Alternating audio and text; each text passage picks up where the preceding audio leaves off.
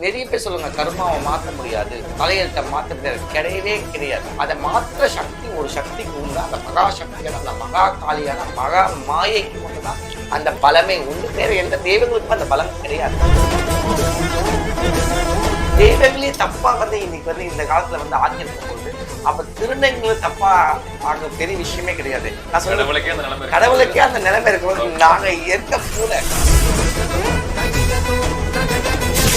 இன்னைக்கும் நீங்க கூத்தாண்டவர் கோயில் போகும்பொழுது அந்த எல்லையிலே பார்த்தீங்கன்னா அம்பாள் பெரிய உருவமா நின்று அந்த அம்பிகையை பார்த்து கையெழுத்து ஒரு 10 மாசம் ஏற்றிட்ட பிறகுதான் கூத்தாண்டவர் கோயில் கால் கட்டுவாங்க.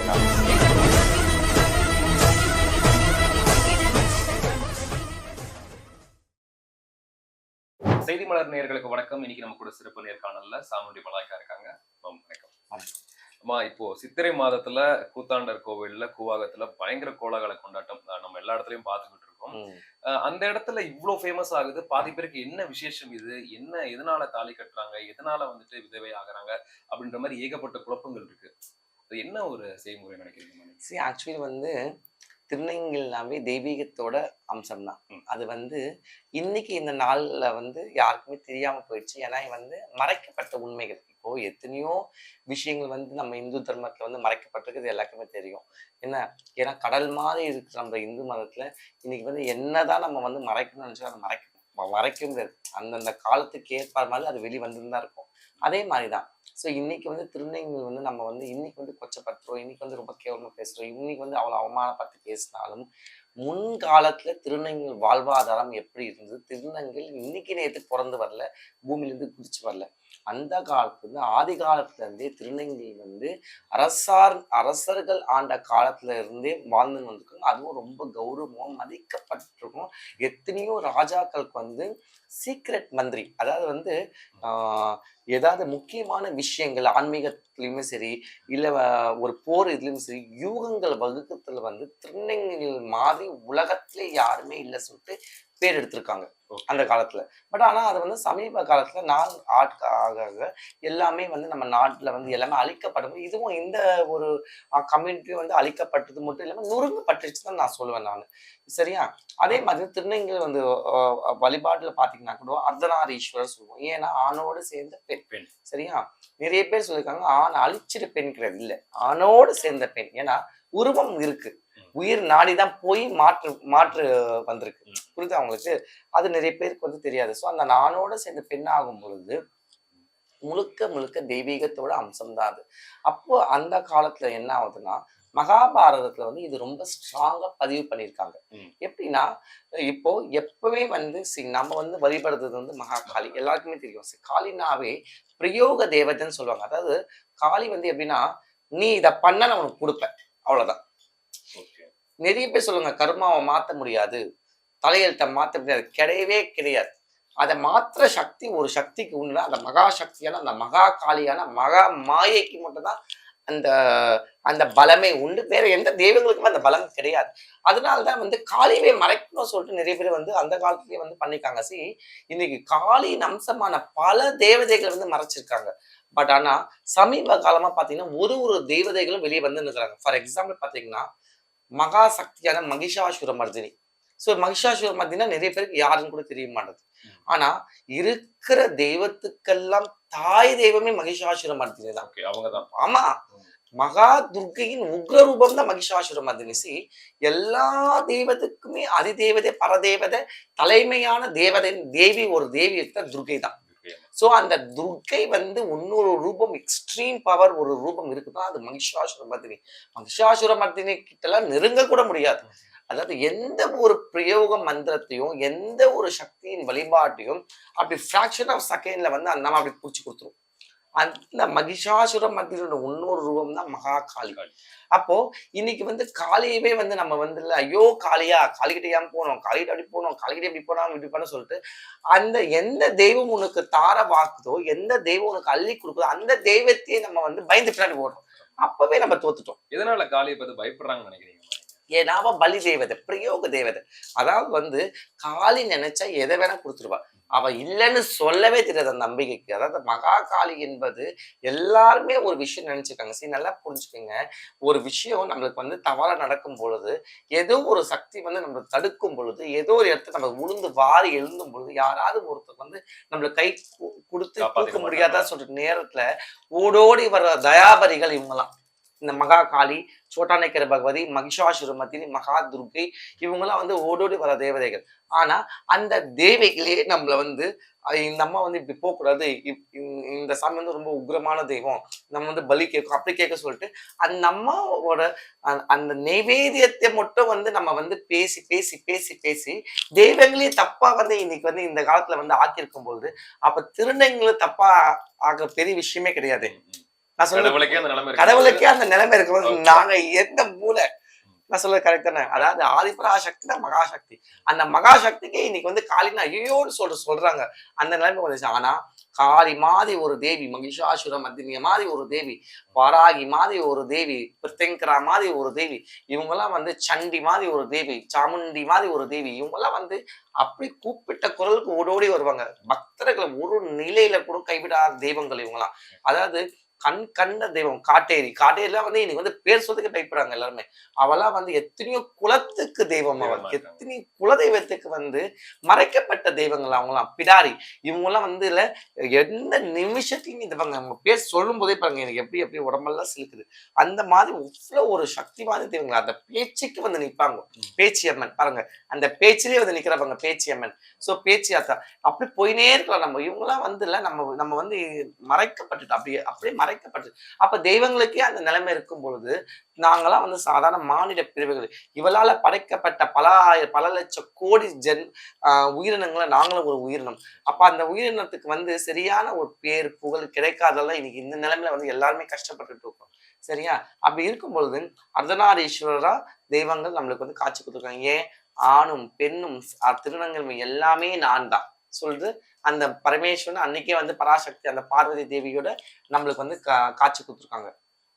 இப்போ அடுத்தது அப்படியே மகாபாரதம் வரலாம். மகாபாரதம் வந்து எப்பவுமே ஒரு விஷயத்தை பார்த்தாங்க, ஒரு போருக்கு முன்னாடி ஒரு பலி நடக்கும். ஒரு விஷயத்து நம்ம நல்லது கெட்டது எது நடந்தாலும் நம்மளோட இந்து தர்மப்படி ஒரு பலியில தான் வந்து ஆரம்பிச்சிருக்கோம், பலியில தான் முடிச்சிருக்குமே. இப்போ அதே தான் பாருங்க, வருஷத்துக்கு ஒரு தடவையாச்சு குலதெய்வத்துக்கு வந்து அக்கம் பங்காளியோட சேர்ந்து முனீஸ்வரருக்கோ கருப்புசாமிக்கோ இல்லை சுடலமாட சாமிக்கோ இல்லை காளிக்கோ பலி கொடுத்து அந்த அந்த வேண்டுதலையும் அவங்களுக்கு அபிஷேகம் பண்ணி ஆராதனை பண்ணி 10 பேருக்கு சாப்பாடு வச்சு, அதாவது தர்மத்தின் தேவதைகள் அவங்களாம். நம்ம என்ன சாப்பிடுறோமோ அதுதான் நம்ம காணிக்க கொடுக்கும். நம்ம ஒன்றும் புதுசா வந்து எடுத்து வந்து அவங்களுக்கு வந்து ஆஃபர் பண்ணது இல்லை. நம்ம என்ன, நம்மளுக்கு சிக்கன் பிடிச்சா அதை தான் கொடுத்துருக்கோம், நமக்கு மட்டன் பிடிச்சதா அதை தான் நம்ம கொடுத்துருக்கோம். நம்ம ஒன்றும் புதுசா ஒன்றும் கொடுக்கல. என்ன சொல்றீங்க? ஆனா சமீப காலத்துல அதுவே வந்து எல்லாமே வந்து அப்படி சிறு தெய்வமா ஆக்கிட்டாங்க. பெரு தெய்வமா வந்து ஊரை காத்த தெய்வங்கள்லாம் இன்னைக்கு காணாம போயிட்டு சிறு தெய்வம் ஆயிட்டாங்க. புரியுதா? அந்த மாதிரி ஒரு விஷயமும் வந்து காலங்கள் மாற மாற மாற வந்து எல்லாமே மாற்றங்கள். ஆனா என்ன மாற்றம் நடந்தாலும் அதோட தன்மையிலிருந்து தெய்வங்கள் ஒரு நாளும் விலகாது. முட்டாள்கள் நம்ம தான் முட்டாளாக, தெய்வங்கள் கிடையவே கிடையாது. அந்தந்த நேரத்துல அந்தந்த காலகட்டத்துல அந்தந்த வேலையை தெய்வங்கள் வந்து நின்றே ஆகும். ஃபார் எக்ஸாம்பிள் 500 வருடம் கழித்து ஸ்ரீராமருக்கு நடந்த கும்பாபிஷேகம் ஒரே ஒரு சின்ன எக்ஸாம்பிள். கரெக்ட் தானே? அதுக்கு அந்த மாதிரி ஒரு விஷயத்துக்குமே வந்து இருக்கு. அப்ப மகாபாரதத்துல 18 நாள் குருஷேத்திர போர் ஆரம்பிக்க போகுது. அப்ப அந்த குருஷேத்திர போர் ஆரம்பிக்கும் பொழுது பலி கொடுக்கறது வழக்கம். அப்ப அந்த பலிக்கு யாருக்கு கொடுக்குறாங்க? அந்த அம்பிகைக்கு தராங்க, மகா காளிக்கு தான் தராங்க. ஸோ அப்ப பலி கொடுக்கும்போது எப்படிப்பட்ட நபரை பலி கொடுக்கணும்னா 64 லட்சணங்கள் பொருந்த ஒரு ஆண்மகனை பலி கொடுக்கணும். சரியா? அப்போ பாண்டவர் சைட்ல வந்து 3 பேர் தான் இருக்காங்க. யாருன்னா, ஒண்ணு கிருஷ்ண பரமாத்மா, அடுத்தது அர்ஜுனன், அடுத்தது அரவான். ஸோ இந்த அரவான் யாருன்னு பின்னாடி சொல்றேன். வந்து நான் சொல்லிடுறேன். கிருஷ்ண பரமாத்மா அவர் யாரு? பரந்தாமன். மும்மூர்த்திகள் ஒரு மூர்த்தி. சரியா? மகாவிஷ்ணுவோட அம்சம். ஸோ கண்டிப்பா வந்து நம்ம வந்து கொடுக்க முடியாத ஒரு சூழ்நிலை. அப்ப அந்த கிருஷ்ண பரமாத்மா கொடுக்க. 2வது அர்ஜுனன். அர்ஜுனன் யாருன்னா வந்து அர்ஜுனன் வந்து அவன் தான் ஹீரோவே. அவர் தான் ஹீரோவே. என்ன காண்டிமன் வித்தைக்கு அவன் தான் அதிபதி. ஸோ அவரையும் நம்ம வந்து கொடுக்க முடியாது.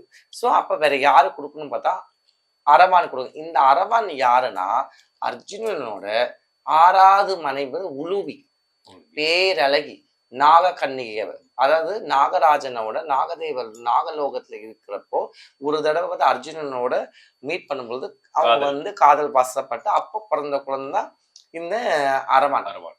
ஸோ அர்ஜுனனுக்கு கூட 6வது மனைவியோட பேர் தான் உலுபி. அந்த அம்மாக்கு பிறந்ததான் இந்த அரவான். அப்போ வந்து கிருஷ்ண பரமாத்மா என்ன சொல்றாரு, அப்ப நம்ம அரவானை தான் கொடுத்தா ஆகணும்னு சொல்லிட்டு. அப்போ எந்த தகப்பன் தன் புள்ளைய வந்து பலி கொடுக்க ஒத்துக்குவான்? யாருமே இப்ப யாரும் ஒத்துக்க மாட்டாங்க. நினைச்சு கூட பார்க்க முடியாது. எல்லாரும் என்ன நினைப்பாங்க, நம்மளுக்கு பின்னாடி நம்ம சன்னதிகள் பெருகி அதோட சன்னதிகள் பெருகணும் தான் எல்லாருமே எல்லா பெத்தவங்களும் ஆசைப்படுவாங்க. யாருமே வந்து கட் ஆஃப் பண்ண நினைக்க மாட்டாங்கல்ல. அப்போ இவர் வந்து அழுகுறாராம், புலம்புறாராம், ஐயோ என் புள்ளைய வந்து எப்படி வந்து எனக்கு கொடுக்க முடியும்னு சொல்லிட்டு. இந்த குருஷேத்திர போரே வேணாம் சொல்லிட்டு சொல்றாராம். அப்போ அர்ஜுன் சொல்றாரு, கிருஷ்ண பரமா சொல்றாரு, இல்ல கிடையவே கிடையாது, இது கொடுத்துதான் கூட வேற வழி கிடையாது சொல்லிட்டு போய் அப்புறம் சொல்ற, நான் போய் என் பிள்ளை கிட்ட பேசுறேன், நீ வேணா போய் பேச சொல்லிட்டு அவர் வந்து கிருஷ்ண பரமாத்மா அனுப்புறாரு. அப்ப கிருஷ்ண பரமாத்மா போய் அரவானுக்கிட்ட போய் கேட்கிறார், இந்த மாதிரி வந்து உனக்கு தெரியுது எல்லாமே இப்ப என்ன நடக்குன்னு தெரியும், இப்ப நம்ம ஃபைனல் ஸ்டேஜ் வந்துட்டோம். ஏன்னா இந்த ஃபைனல் ஸ்டேஜ்ல போர் ஆரம்பிக்க போகுதுப்பா. இந்த போர் ஆரம்பிக்கும் பொழுது ஒரு களபலி தேவை. அந்த பலிக்கு உன்னதான் நாங்க வந்து தீர்மானம் பண்ணினா அரவானுக்கு அவ்வளோ ஒரு சந்தோஷமா. அப்ப அரவான் வந்து 3 வரங்கள் கேட்கிறார். முதல் வரம், எனக்கு மரணத்துக்கு பிறகு எனக்கு என் மனைவி மாருக்கு உட்காரணும், எனக்கு வம்ச வழி உட்காரணும்னு சொல்லிட்டு கேட்கிறார். 2வது வரம், நானு உயிர் விட்டு அந்த உயிர் எனக்கு வந்து பிரியக்கூடாது. ஏன்னா வந்து எனக்கு இந்த 18 நாள்ல இந்த குருஷேத்திர போர் வந்து எனக்கு ரிசல்ட் தெரியணும்னு சொல்லிட்டு அந்த வரத்தை கேட்கிறார். 3வது வரம் என்ன, இது வரைக்கும் என்னை வந்து எந்த பெண்களும் வந்து என்னை வந்து ஏத்துக்கல. அதாவது வந்து என்ன நடக்குதுன்னா, இவர் போயிட்டு இந்த வரத்தை கேட்கும் பொழுது கிருஷ்ண பரமாத்மா என்ன பண்றாருன்னா 14 குணங்கள் இருக்கிற எல்லா பெண்களுமே வந்து கேட்கறாங்க கல்யாணம் பண்ணிக்கிறதுக்கு. ஃபார் எக்ஸாம்பிள் வந்து நாகலோகத்துல பாக்குறாங்க, பாதாள லோகத்துல பாக்குறாங்க, பூலோகத்துல பாக்குறாங்க, கந்தர்வக லோகத்துல பாக்குறாங்க, சொர்க்க லோகத்துல பாக்குறாங்க, எல்லா லோகத்துல இருக்கிற பெண்களுமே பாக்குறாங்க. பட் ஆனா யாருமே வந்து அதை வந்து அக்செப்ட் பண்ணல. ஏன் அக்செப்ட் பண்ணனா, எந்த பெண்கள் வந்து இன்னைக்கு தாலி கட்டி நாளைக்கு தாலி இருக்க ஒத்துக்குவாங்க? எல்லா பெண்களும் என்ன நினைப்பாங்க, தீர்க்க சுமங்கலியா நம்ம போகணும். நம்ம இந்து மரபே அதானே. பழுக்க மஞ்சள் தேய்ச்சி பெரிய பொட்டு விட்டு, திருமாங்கலத்துல பொட்டு விட்டு, நெத்தில வடுல பொட்டு விட்டு, அந்த பொட்டோட தான் நம்ம வந்து பூ மஞ்சள் குங்குமத்தோட தான் நம்ம கணவன் இருக்கும் பொழுதே நம்ம போயிடணும் தான் எல்லாமே வந்து ஆசைப்படுவாங்க. அப்படி இருக்கும் பொழுது ஏன்னா எந்த பெண்ணு வந்து ஒத்துவாங்க. ஸோ அதனால இவர் போய் எல்லா உலகத்துலயும் போய் கேட்கும் போது இது ஒத்துக்கல. ஸோ இதை வந்து சொல்றாரு இந்த மாதிரி இதை வந்து சொல்ல வந்து கிருஷ்ண பரமாத்மா இவர் சொல்றாரு. என்ன சரி சொல்லிட்டு இவர் மனசுல வச்சுக்கிறாரு. வச்சுட்டு என்ன பண்றாரு, இவர் வந்து போய் தேடி போகும் பொழுது எந்த பொறுமையும் ஒத்துக்கல. கடைசியில் இவர் என்ன பண்றாருன்னா, இவரே மோகினி அவதாரம் இருக்கிறார். கிருஷ்ண பரமாத்மாரே மோகினி அவதாரம். எல்லாருக்குமே ஒரு விஷயம் தெரியும், மகாவிஷ்ணு தசாவதாரம் எடுத்தார், 10 அவதாரம். ஆனா அந்த 10 அவதாரத்துக்கு மேல பல அவதாரங்கள் எடுத்திருக்காரு கிருஷ்ண பரமாத்மா மகாவிஷ்ணு. அது யாருக்குமே. அதுல முக்கியமான அவதாரம் தான் மோகினி அவதாரம். சோ இந்த மோகினி அவதாரம் எடுத்த உடனே என்ன நடக்குதுன்னா, கல்யாணம் நடக்குது. யாருக்கு? அரவானுக்கும் கிருஷ்ண பரமாத்மன் எடுத்த மோகினி அவதாரத்துக்கும் இருக்கு. ஃபார் எக்ஸாம்பிள் வந்து இந்த மோகினி அவதாரத்தை இன்னொரு ஸ்பெஷலிஸ்ட் என்னன்னு நான் சொல்லணும்னா, இதே மாதிரிதான் வந்து மோகினி அவதாரம் உருவாக்கி எடுக்கும் பொழுது பரமேஸ்வரனும் மோகினியும் சேர்ந்து பிறந்துதான் ஐயப்பன். எல்லாருக்குமே தெரியும். சோ அப்ப அந்த மோகினி அவதாரம் எத்தனை ஒரு பலம் பாருங்க. இவர் எப்பப்ப மோகினி அவதாரம் எடுக்கிறாரு, ஏதாவது ஒரு அதிசயங்கள் அற்புதங்கள் நடந்துட்டே இருக்குது. அப்ப மோகினி அவதாரம் எடுத்தாரு, அப்ப வந்து பிறந்ததுதான் ஐயப்பன். 2வது தடவை மோகினி அவதாரம் எடுக்கும் பொழுதுதான் நாங்க வந்து அவரோட வம்சாவளியா வரோம் சொல்லிட்டு அவர் வந்து ஆசீர்வாதம் பண்ணிடுறாரு. எப்படின்னா, கல்யாணம் நடந்த பிறகு எல்லாம் முடிஞ்சிருச்சு. யாருக்கு? மோகினிக்கும் அரவானுக்கும் எல்லாம் முடிஞ்ச பிறகு என்ன ஆகுதுன்னா, அரவான் கண்டுபிடிச்சுக்கிறாரு என்னன்னு, நீங்க வந்து மோகினி அவதாரம் தான் எடுத்துருக்கீங்க, எதனால வந்து எனக்கு வந்து இந்த மாதிரி ஒரு இது, நான் பெண் தானே கல்யாணம் பண்ணிக்கோ சொல்லிட்டு நினைச்சேன் சொல்லிட்டு. அப்ப அவர் சொல்றாரு, கிடையாது, நான் வந்து 14 குணத்துலயுமே நான் வந்து கேட்டேன், ஆனா எந்த பெண்ணும் ஒத்துக்கல. அதாவது என்ன சொல்ல வரேன் பாருங்க, அந்த காலத்திலேயே பண்ணுங்க பெண்களுக்கு எவ்வளவு முக்கியத்துவம் கொடுத்துருக்காப்பாங்க. சரி, கிருஷ்ண பரமாத்மா நினைச்சா ஒரு ஒரு ஒரு ஒரு சைகை தான், கல்யாணம் தாலி கட்டிதான் இருக்கணும். ஆனா பண்ணல. அதாவது பெண்களுக்கு தெய்வமா இருந்தாலும் பெண்களுக்கு எவ்வளவு அடி பண்ணிருந்து எவ்வளவு ஒரு மரியாதை கொடுத்து எவ்வளவு ஒரு முன்னிலை வச்சிருக்காங்க பாருங்க. விருப்பம் இல்லாத எந்த இடத்துலயும் அங்க தாலிக்கு பேச்சுக்கே இடம் கிடையாது. எவ்வளவு பெரிய விஷயம் இதெல்லாம். கட்டாயமே இல்ல. கட்டாயமே கிடையாது. அப்ப இவர் அதே மாதிரி வந்து கேட்டிருக்காரு, கொண்டிருக்காரு. கொண்டோன்னே சரி சொல்லிட்டு இவர் சொல்லிட்டாரு, யாருமே உனக்கு கல்யாணம் பண்ணிக்க விருப்பம் இல்லப்பா, அதனால தான் வேற வழி இல்லாம இந்த மோகினி அவதாரம் நான் எடுக்க வேண்டியது சூழ்நிலை கிருஷ்ணர் ஆயிடுச்சு. எடுத்த அந்த மோகினி மோகினி அவதாரம். அவதாரம். அப்போ அவர் சொல்றாரு, அப்போ நாளைக்கு வந்து நாங்க வந்து இறந்த பிறகு என்ன பண்ணுவீங்கன்னு சொல்லிக்கிறப்ப கவலைப்படாத, நானு உனக்கு எல்லா விதமான சடங்கு சம்பிரதாயங்கள் பண்ணுவேன். அதே மாதிரி உனக்கு ஒரு வரம் தரேன் நானு. இந்த மோகினி அம்சம், இந்த நிலை, இந்த போற அதாவது இந்த பூமி, இந்த உலகம் இருக்கும் வரைக்கும் திருநங்கைகள், என்னோட அம்சமான திருநங்கைகள் இந்த பூமியில இருந்து உனக்கு இந்த சடங்கு பண்ணுவாங்க சொல்லிடுறாரு. ஓகே. அவர் சொன்ன ஒரு வார்த்தை அந்த ஒரு வார்த்தைக்கு தான் இன்னைக்கு இல்ல, இந்த பூமி, இந்த உலகம் இருக்கிற வரைக்கும், அந்த அரமான் அங்க இருக்கிற வரைக்கும் திருநங்கைகள் கண்டிப்பா போய் நின்றே ஆவாங்க. அங்க பேச்சுக்கே அங்க இடம் கிடையாது. ரொம்ப அழகா சொல்லியிருந்தீங்க. அந்த கதையே கொண்டு வந்துட்டீங்க. ஏன்னா பாதி எவ்வளவு பேருக்கு ஒரு தெரியாது இந்த சக்தி, விஷயம். எவ்வளவு ஒரு தெய்வத்தோட பலம். அப்போ இப்ப இன்னொரு வரத்துக்கு வரம் பாருங்க. அதாவது அப்ப உயிர் போயிடுது. அப்ப வந்து கிருஷ்ண பகவான் என்ன சொல்றாரு, ஒரு தடவை நம்ம பலி கொடுத்துட்டா எந்த தெய்வத்துக்கு நம்ம பலி கொடுக்குறோமோ அந்த தெய்வத்துக்கு அந்த உயிர் போயிடும், முக்தி ஆயிடுது. திருப்பி அந்த ஜீவனுக்கு மறுபிறவி கிடையாது. அப்ப அதே மாதிரி உன்னோட உயிர் நான் எடுக்க போறது அவர், அந்த மகா காளி. அப்ப அவர் என்ன பண்றாரு, காளியை கூப்பிடுறாரு. தங்க தானே, தங்கையை கூப்பிடுறாரு. அப்ப அம்பிகை வந்து பிரசன்னமாறா. அப்ப அம்பாள் என்ன சொல்றா, ஒரு தடவை நீங்க எனக்கு பலி கொடுத்துட்டா அந்த உயிருக்கு நான் முக்தி கொடுத்துருவேன். அப்போ திருப்பி அந்த உயிர் நான் கொடுத்தேன், நீ பலி கொடுத்ததுக்கு அர்த்தம் இல்லாம போயிடுவேன். அப்ப வந்து கிருஷ்ணபிரபு வந்து ஒண்ணு புரியல. அப்ப அம்பாலே சொல்றாளா, சரி பரவாயில்ல, இவனோட ஆசையை நான் நிறைவேற்றுறேன். ஆனா ஒரு கண்டிஷன். என்ன கண்டிஷன்னா, உடலை நான் எடுத்துக்கிறேன். வெட்டணும், ரெண்டு உடல் ஆயிடுதுல, ஒரு பலி விட்டுட்டா 2 ஆயிடும். அந்த உடலை நான் எடுத்துடுறேன். அரமானோட அந்த தலைக்கு நான் உயிர் தரேன். அந்த 18 நாள் குருஷேத்திர போருக்கு மட்டும் அந்த உயிர் இருக்கணும், அதுக்கப்புறமா நான் எடுத்துக்கிறேன் சொல்லிட்டு அம்பாள் வந்து ஏத்துக்கிறான். இன்னைக்கும் நீங்க வந்து கூத்தாண்டவர் கோயிலுக்கு போகும் பொழுது அந்த எல்லையிலே பாத்தீங்கன்னா அம்பாள் பெரிய உருவமா நின்று இருப்பான். அந்த அம்பிகையை பார்த்து கையெடுத்து கும்பிட்டு ஒரு கற்பூரமாச்சு ஏத்திட்ட பிறகுதான் கூத்தாண்டவர் போயிட்டு தாலி கட்டிக்குவாங்க எல்லாருமே. அப்ப என்ன நாங்க சொல்றோம்னா, இப்பேற்பட்ட பிறவி எடுத்தது எத்தனை பெரிய பிறவி, பிறவிக்கெல்லாம் பிறவி புண்ணிய பிறவி இந்த பிறவி. ஏன்னா ஒரே ஒரு தடவை தான் எங்களுக்கு இந்த உயிர், மறு உயிருக்கு மறு ஜென்மமும் கிடையாது, 2வது எக்ஸ்டென்ஷன் கிடையாது. இப்ப ஆண் பெண் எல்லாருக்குமே அவங்களோட குழந்தைகள் வந்து அவங்களோட எக்ஸ்டென்ஷன், வம்சாவளி. எங்களுக்கு அது கிடையாது. அப்போ எப்பேற்பட்ட தெய்வீக நிலையில இருக்க வேண்டிய திருநங்கைகள் அரசர்கள் காலத்துல, அந்த முன்காலத்துல வந்து எப்பேற்பட்ட மக்கள் வந்து எங்களை வந்து ராமாயண காலத்தையும் மகாபாரத காலத்தையும் எல்லா விதமான அரசர்கள் காலத்தையும் முக்கியத்துவம் கொடுத்து மகாராணிகளுக்கு வந்து நாட்டிய கலையும் சமையல் கலையும் அப்பேற்பட்ட 64 கலையும் தேர்ச்சி பெற்றவங்க திருநங்கைகள். அப்பேற்பட்ட இருந்த எங்களை நாட்கள் ஆக ஆக ஆக மாற்றமாகி என்ன முகல்ஸ் வந்தாங்க.